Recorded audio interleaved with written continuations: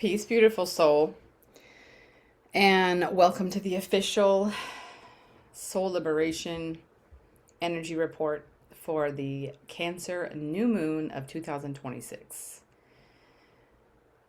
I would imagine the most potent new moon in the history of humanity, in the future of humanity, but certainly one of the most, okay? This new moon is taking place against a backdrop that is incredibly dynamic, very supportive on an evolutionary level when it relates to the soul. I want to take a moment to just kind of remind us and ground us into, why we're here. So we know that as ancient beings, we came to this earth for some very specific reasons, right? And we know that those reasons have everything to do with who we are as a soul, correct? How dare I? And so those soul level reasons that we came here are why we study astrology, right? Because we want to know, why did we come here, right? What are the wounds carried on the level of the soul that we came to heal? What is the karma? What are the lessons that we came to resolve, to break through?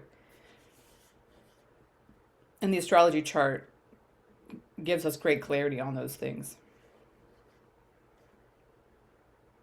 We also want to know on a soul level, what is our higher purpose in terms of what we came to contribute to the evolution of humanity, right? What are the soul level gifts that we carry?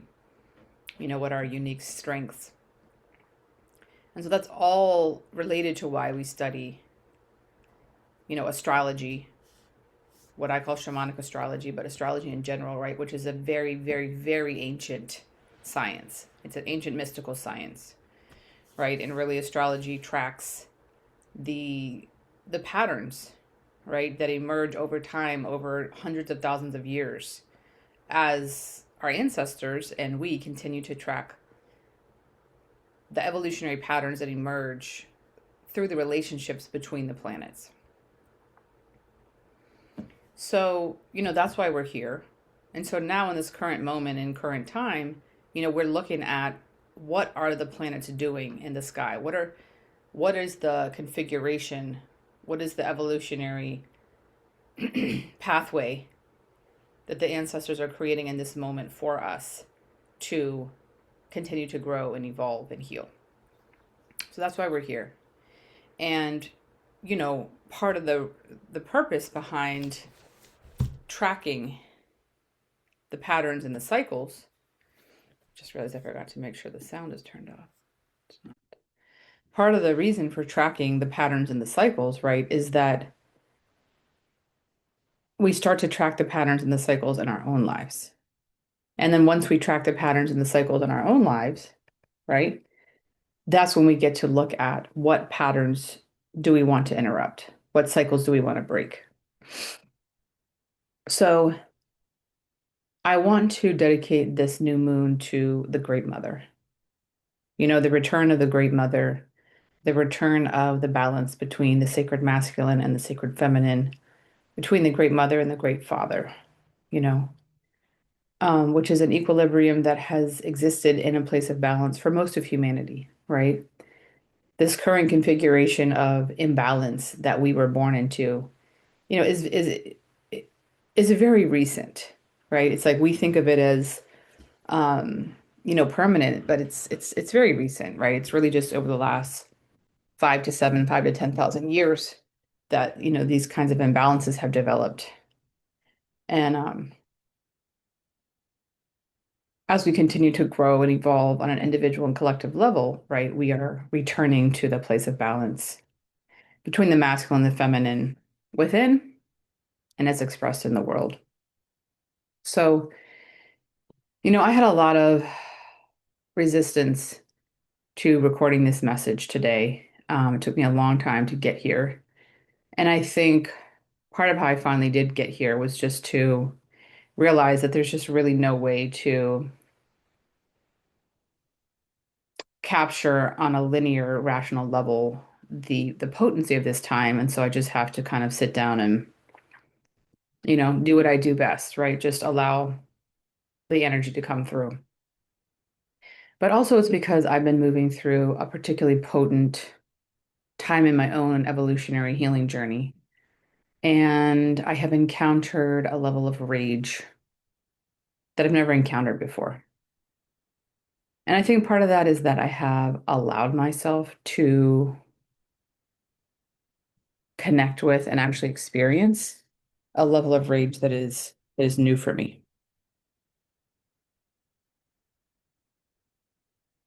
And I think what that required was that I had to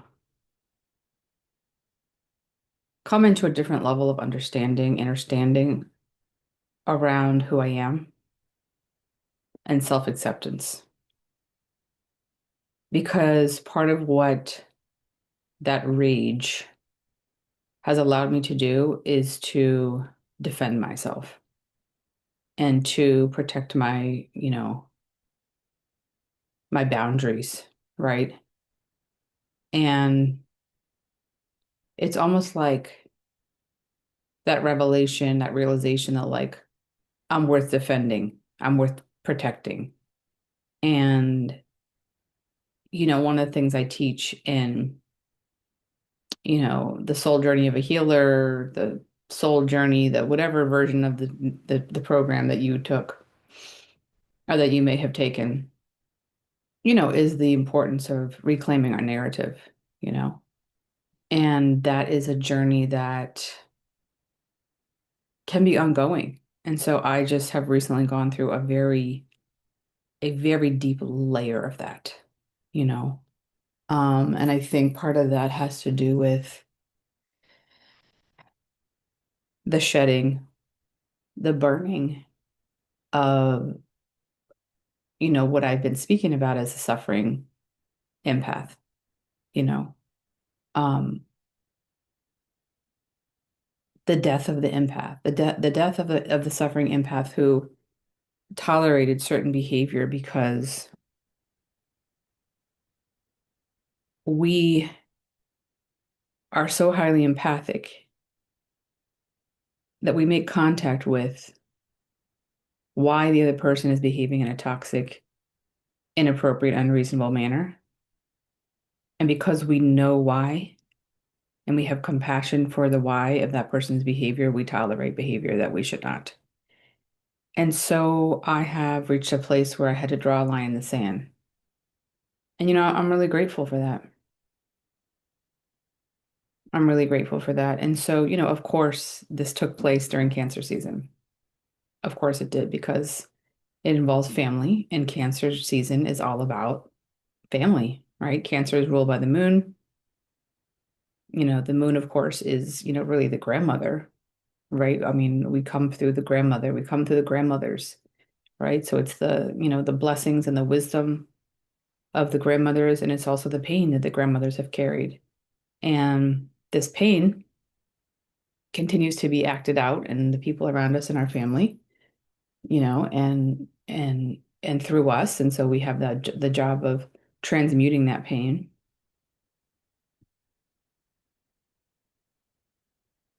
And so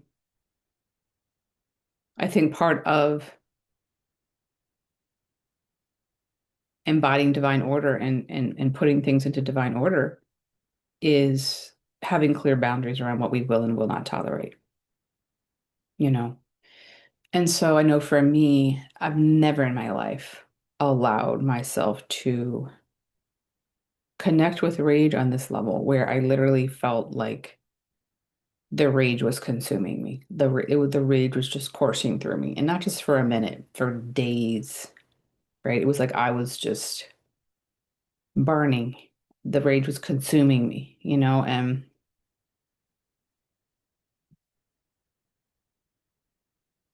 it's led to boundaries that are inconvenient. It's led to me speaking my truth and claiming and honoring who I am on a whole different level. And I can see that it was very necessary, you know. And so on a soul level, I can see why that was so important, regardless of the fact that on the external layer of perception and reality, you know, nothing has changed in the field in terms of that person's behavior, but on a soul level, that was something I feel that I needed to go through. So the third thing that I want to talk about is that I feel like part of the reason it's taking me a long time to get here is because we're doing so much energetic work right now in the field, meaning our energy bodies, our light bodies are changing and shifting and recalibrating and expanding and reconfiguring at such a rapid rate right now. It's like it's sometimes it feels like a full-time job. It's a very active part of this experience, and I want to move into talking about the backdrop of this new moon, which is like just beyond profound. It's something that almost, you know, you could listen to 100 different astrologists and you might be able to tap into the surface of it, right? It's so profound, right? We had the great conjunction on 2/2, 220, which is the number 2/2, right? Which is the number, if you add the two and the two together, that's a four, right? Which is home, which I do feel like a whole part of this year is coming home, like coming home to ourselves, right? Four rules the, you know, the fourth house is the house ruled by the moon, right? It's the house of the home. And part of coming home to ourselves is really learning on a profound level how to accept like who we are, claiming that and loving that, right? And not judging ourselves against these sort of external um, definitions or rules of how we're supposed to be and who we're supposed to be. And I think stepping into this new chapter, because we're in the year of the one, we're in the year of the fire horse, right? Like everything is aligning on so many different levels that this is a new year. This is a new beginning. This is literally a like step up to the plate and like hit the home run, you know, or at least decide that you have the ability to hit the home run, you know. This is the like take that shot. You know, this is like believe in yourself and know that like you can do it. And that's why there are all these super intense squares happening from the outer planets in fire. Because it's like, come on, like you got to do it. Like it's what you came here to do, you know? So there is like this pressure. It's like we've been under this like pressure cooker. And so, you know, on the one hand, we have the outer planets coming into this super like mystical, sacred geometric, really sacred geometric configuration. You know, that's this basket formation that you've probably been hearing about from other astrologists. You know, and that's because of the fact that, you know, Pluto finally moved into Aquarius, right? Permanently last year and has been moving slowly, you know, through the early degrees of Aquarius air, but not just regular air, right? Galactic air, awakening air. You know, then we finally had Saturn and Neptune come into Aries right around the same time as the Aquarius new moon in February. And so then, you know, we have Saturn and Neptune in fire. And not just any fire, cardinal fire, ignition fire, pioneering fire. And so because air and fire are supportive of each other, right, they have been coming into this supportive relationship. Now Saturn is a little bit further on in degree points, so it's not at the exact same crazy degree as all these others are. Like again, how is it possible that they're all at 4 degrees? Neptune, Pluto, Uranus, right? Uranus went into Gemini on April 25th. So now Uranus is going to be coming up to 4 degrees in July. And then Jupiter will be at 4 degrees of Leo. So, this configuration is like highly supportive of this like evolutionary upgrade. This like you can do the thing. Like you really can do the thing. Like you have universal support to do the thing. And I think part of what we've been going through during Cancer season is we've been under some serious heavy squares, and even before Cancer season started, Jupiter has been at the final degrees of Cancer. And Jupiter was squaring Chiron. Jupiter was squaring Eris. And it brought to the surface a lot of old wounds that we had to deal with, that we had to feel and process and walk through. And the squares to Eris is like that rage, you know. And so now we're at this new place where those squares are starting to ease off. I mean, Mercury is still in a square to Saturn, and I might be able to get into that later. But, the square to between Jupiter, the square, the square between Mercury and Eris is the one that has really eased off. Sorry, there are other squares that are still active, but the one between Jupiter and Mercury and Eris, that's the one that has like started to break up. And I personally have felt that ease off a lot, right? In terms of my own rage, kind of like integrating, you know?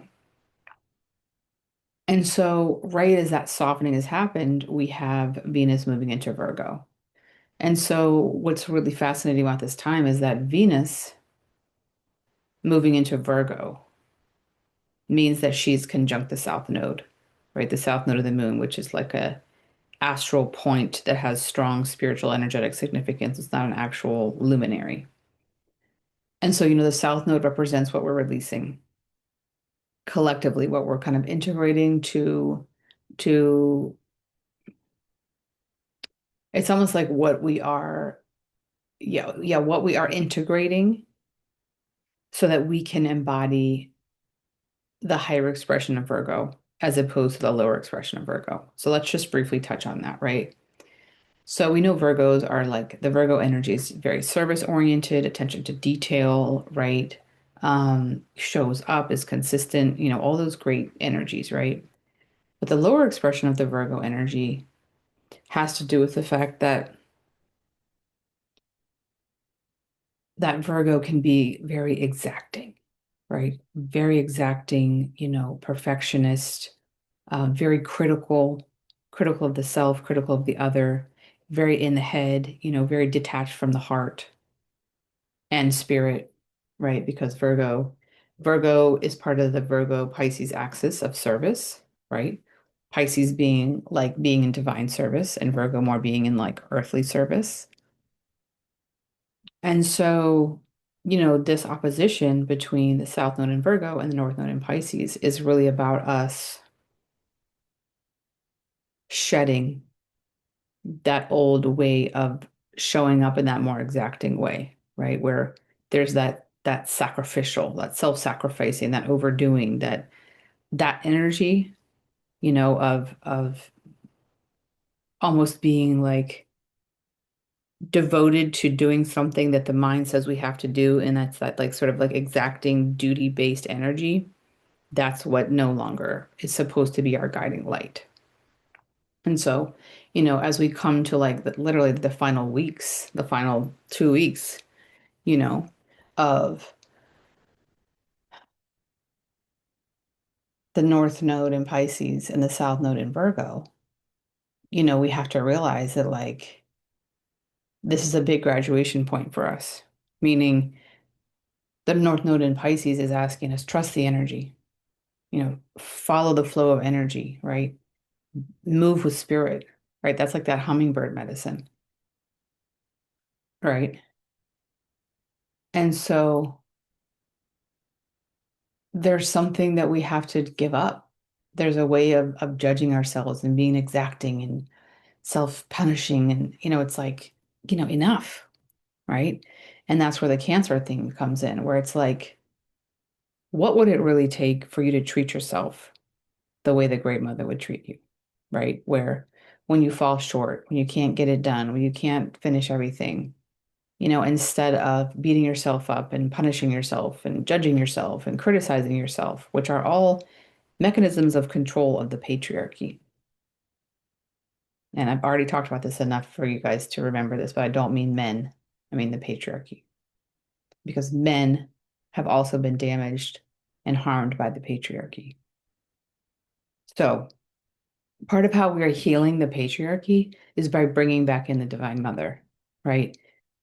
When you fall short, when you don't get it done, when you, whatever, when you make a mistake, start to notice when that story, that looping mind starts to come up and you're beating yourself up and you're chastising yourself. And it's like, enough. I was talking to a really beautiful friend of mine who probably will be watching this video at some point. And we were talking about how, as single mothers, we carry the load of, 10 people. And then so often we beat ourselves up because we feel like we fall short. And I told her, like, I refuse, you know. I'm trying to, make a living, run a spiritual business, provide for my children, be a good mother to my children, be there for my parents, be a good friend, cook healthy meals, right? Like I will not beat myself up and chastise myself for not doing it perfectly. I refuse. I'm going to speak to myself in a loving way. I'm going to celebrate the things that I have been able to do and make peace with the fact that there are some things I'm not going to do. And there are some things that I'm not good at, right? And that's okay. That's why the tribe exists, right? Like the tribe exists because we're only supposed to do our part, right? Like I'm only meant to show up in my gifts. That's my part. My part is not to do it all. That was never my part, right? That was never how we as humans were designed to do it all, you know?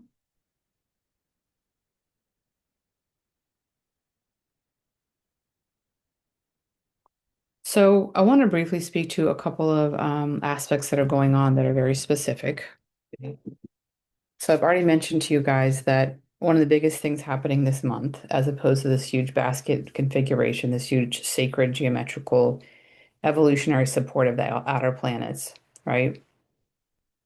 Is the fact that the nodes of the moon are going to shift from Virgo Pisces to Aquarius Leo, right? Because the nodes of the moon, they move in the opposite direction of the rest of the planets, right? Just like the precession of the equinox, which changes about every 2,000 years, it moves in an opposite direction. So it moves in the same kind of direction as when the planets are in retrograde, like Mercury retrograde right now.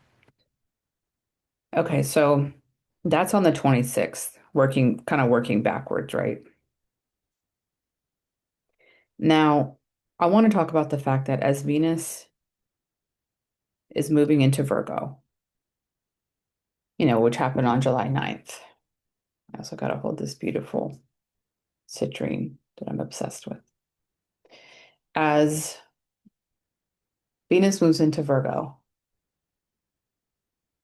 and comes into an exact conjunction with the South Node,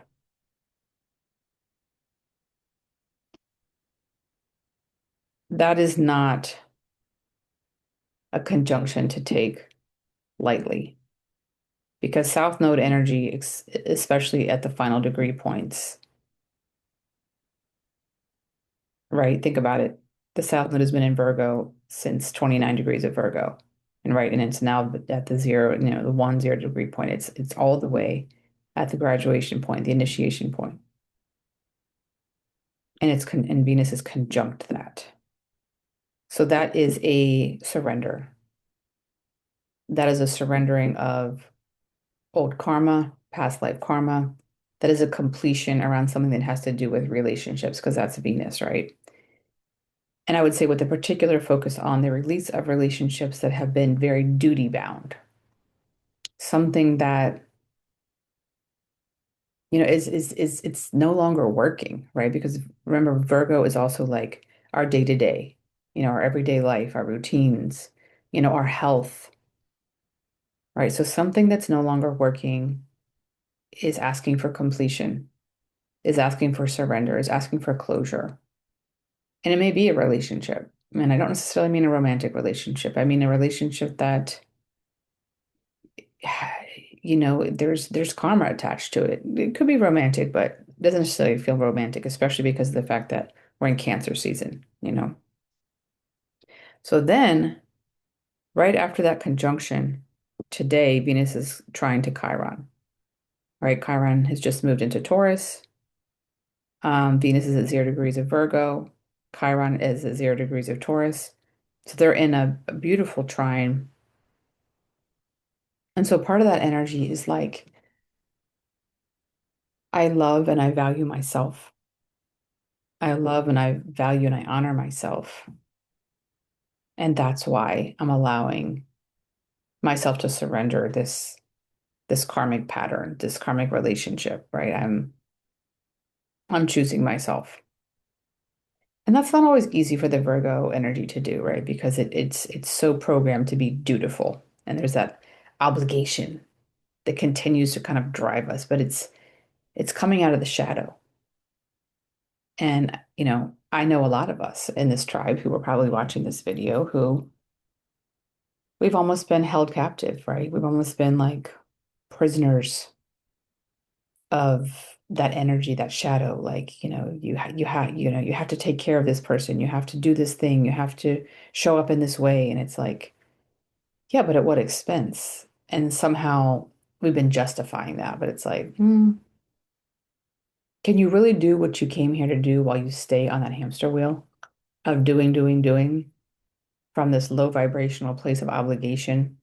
Because underneath that doing, doing, doing and showing up and being in service is the shadow, right? Is the I can only feel loved, I can only be worthy if I overdo, if I overgive, if I prove my value, right? And then that's where that self-sacrificing, self-sacrificial, suffering empath continues to feed the demon.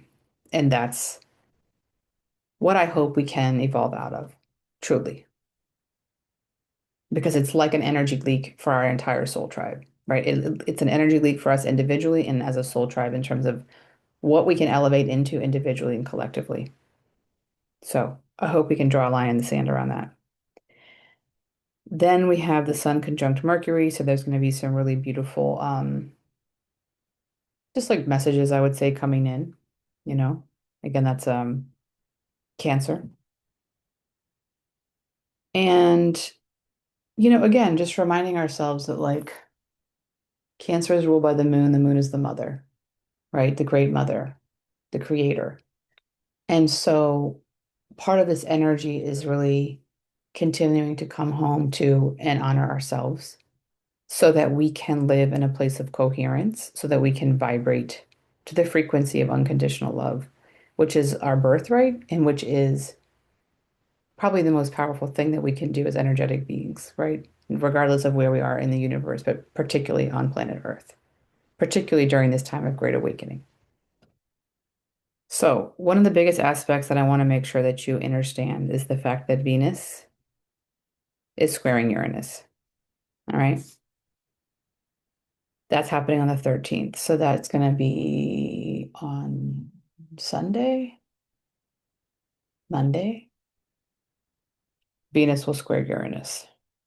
So that's one of the aspects that I want you to kind of be the most aware of as we move through the next few days. Like, if you think about it, right? Uranus is represented by lightning. Lightning strikes out of the blue unexpectedly. Uranus moves in that fashion. It's unexpected plot twists, right? It's shifts that shift something in a way we didn't expect, but we have to remember that like Uranus is always taking us higher, right? And so, just like with all the planets, right? And keep in mind that like Jupiter in Leo is opposing Pluto right now, right? It's coming into the exact opposition on July 20th. Uranus is in a direct trine to Pluto on July 18th. It means just so profound. On July 25th, Neptune is in a sextile to Pluto. So all this to say, like, right, if you recall, Pluto is going to push us towards our empowerment. Pluto is going to remove things that are keeping us separate from our power, right? And Uranus is the great liberator, the great awakener. So it is likely that something in the next week is gonna shift that is meant to liberate us, right? That doesn't mean it's going to be easy. That doesn't mean it's going to be what we wanted. It's not, that doesn't mean it's going to be what we thought was going to happen.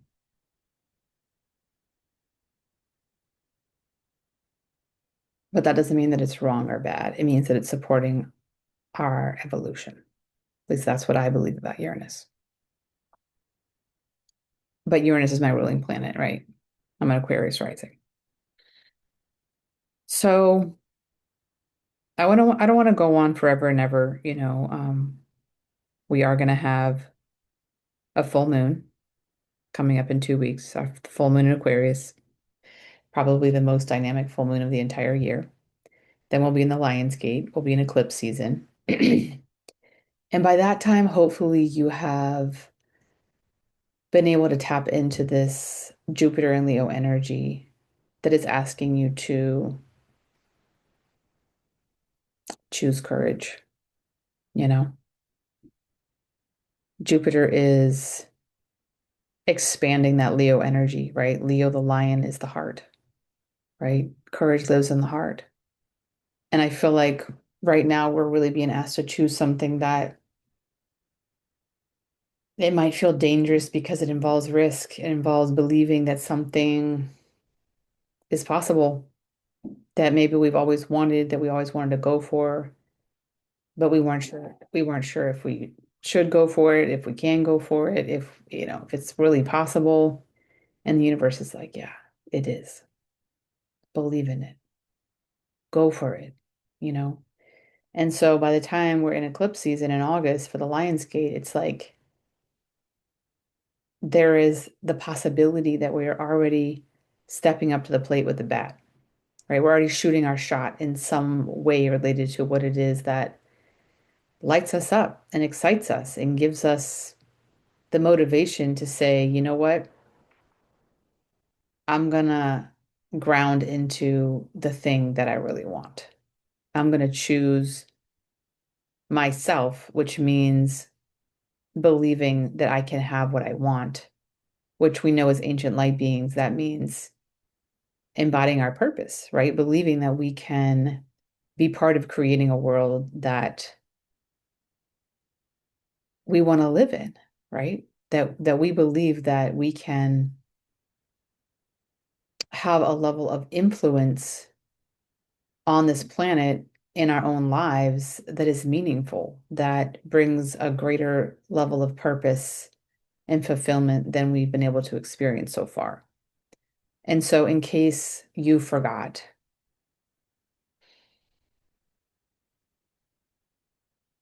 the frequency of the earth has dramatically changed since we were children, since most of our lives in the last 2 years, in the last year, in the last 6 months. I mean, the Schumann resonance is increasing, the frequency of the earth is increasing. Our energy bodies have been completely, cleared and reconfigured. We are not the same energetic beings that we were. All that to say, a lot is possible that was not possible before. All right. So all that to say, believe in yourself, choose your dreams. Part of what we've been moving through on an energetic level of the healing that's taken place through Jupiter and Cancer, the healing that's taken place through these squares between Eris and Chiron and now Saturn is like allowing the past to just be in the past, right? Like put down the sword, make peace with the past, as the guy says in the Peanut Butter Falcon movie, right? May all the wolves of your past be laid to rest, right? And that doesn't happen automatically. It happens because you choose. You choose to lay the wolves of your past to rest because you're worth it, right? Because you receive nothing. You receive no value for you or for anyone else, but continuing to entertain the wolves, right? And so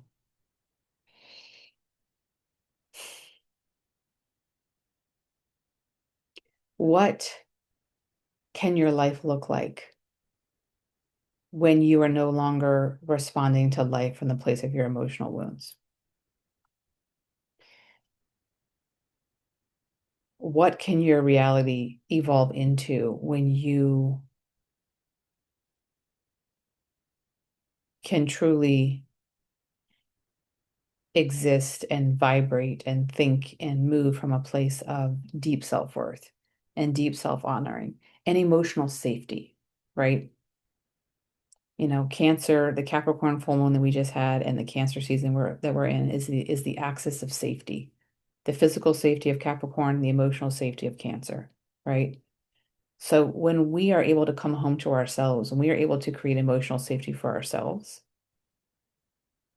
that's when we learn how to say yes, right? It's safe to say yes to myself. It's safe to believe in my dreams. It's safe to go for what it is that I came here for because I'm safe.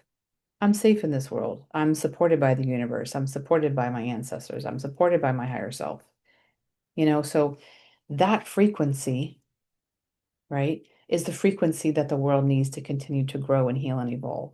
And that frequency is a frequency where solutions and resources and opportunities and partnerships just show up in your reality, right? Because as we continue to heal and choose ourselves, our frequency begins to shift into one is consciousness, the energy of unconditional love, right? And that's the energy of the fifth dimension. And the fifth dimension is where we get into that flow state, right? Where we're no longer entertaining the wolves. I love wolves, by the way, but right, it's a metaphor. We're no longer entertaining those low vibrational fears of unworthiness and separation, consciousness, separation from spirit. We know that we are great spirit. We know that we are vessels of, unconditional love, of divine love. We know that we are worthy to receive what we need to receive to truly do what we came here to do, to fulfill our dreams, to embody our heart's desires, right? So that is my deepest wish for you. A reminder this came from the beautiful waters of the Dominican Republic, the ancient portal of Atlantis, the waters of Yamaya, the Great Mother. This is Larimar that I brought back from my last trip. This is a Larimar little pillar here that I have on my altar. And then this is citrine. Citrine is the stone of Oshun, all right? The second chakra, the sacral chakra. And these are the pearls of my grandmother that I've been wearing recently. Isn't that crazy? If you know me, if you know the rebel that lives within me wearing my grandmother's pearl is like, I have made peace with my mother. I've made peace with my ancestral lineage. I have realized that the time has come for me to receive my ancestral blessings, that I'm worthy, that I'm deserving. And I'm also ready to receive the ancestral energetic support of my grandmother. So may you receive all the blessings of Cancer season. May you receive all the blessings of this Cancer new moon. I'm sending you a very big hug and Lots of love, lots of reminders from the universe that you are loved. You are part of a soul tribe that honors and sees you and is here cheering you on. You have all the support that you need to create, to manifest, to attract the life that you deserve. So, blessings from the Great Mother, giving thanks to the Great Mother. Thank you for being here. I'm going to be posting this video on YouTube. So, you get early access if you're in the Soul Mastery Academy on School, which is $22 a month for the two soul reports, two soul liberation energy reports. But I will be also posting it on YouTube the day before the new moon. So please consider sharing this with someone who you think would benefit from this wisdom and from this transmission. Peace and blessings, Soul Tribe.